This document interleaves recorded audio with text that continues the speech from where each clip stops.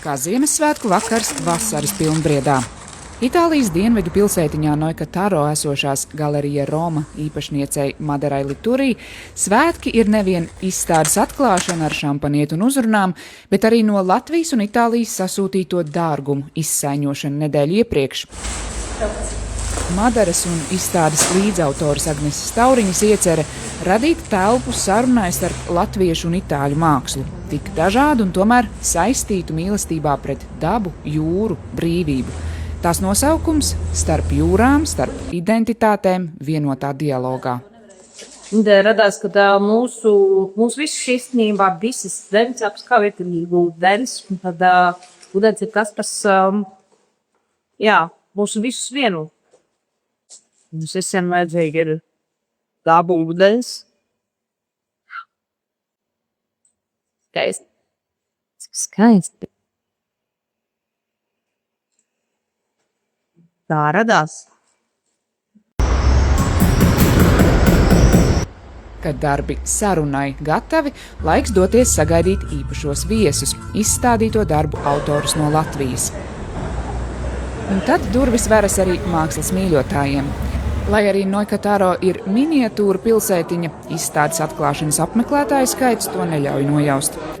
Viena no māksliniecēm, kas Latvijā atsaucās aicinājumam piedalīties izstādē, ir Anna Fanigina. Ieraugot tēmi, dialogs starp jūrām, dialogs starp identitāti. Es reiz sapratu, ka šī tēma mani uzrunā, ka man ir ko pateikt, ka man jau ir gatava kolekcija, ko piedāvāt. Tāpēc es jūtos absolūti savā elementā. Tā ir Baltijas jūras ziemeļnieciskā miera un vidusjūras spilgtā temperamenta satikšanās, saka galeristis.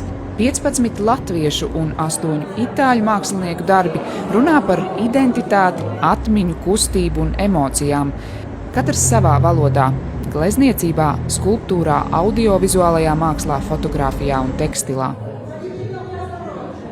Es uzskatu šo mākslu savienību par patiesu izcilības paraugu, jo ar mākslas starpniecību šīs divas tautas, itāļi un latvieši, spēj sazināties neparastā veidā, izmantojot krāsas, gaismas, ēnas un savu talantu. Tādējādi divas valstis sazinās caur skaistumu un palīdz veidot tiltu starp divām neparastām kultūrām.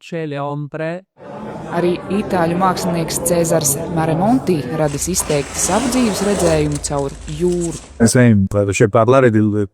Runāt par jūru nozīmē runāt arī par izcelsmi. Katrs no mums meklē savas saknes un identitāti. Un nav teikts, ka identitāte ir tieši tā vieta, kur esi dzimis.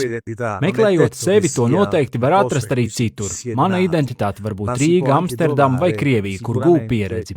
Ir jāsastopas ar citām tautām, jo tikai caur šo sastapšanos un dialogu ar citu realitāti mēs varam saprast, kas mēs esam. Organizatoris neslēpj, šādu notikumu sarīkot prasa krietnas pūles, taču atklāšanas vakars no jauna uzlādējis nākamajām idejām un projektiem. Līva Karlsone, Latviešu.com sadarbībā ar diasporas reportieriem speciāli Latvijas televīzijai.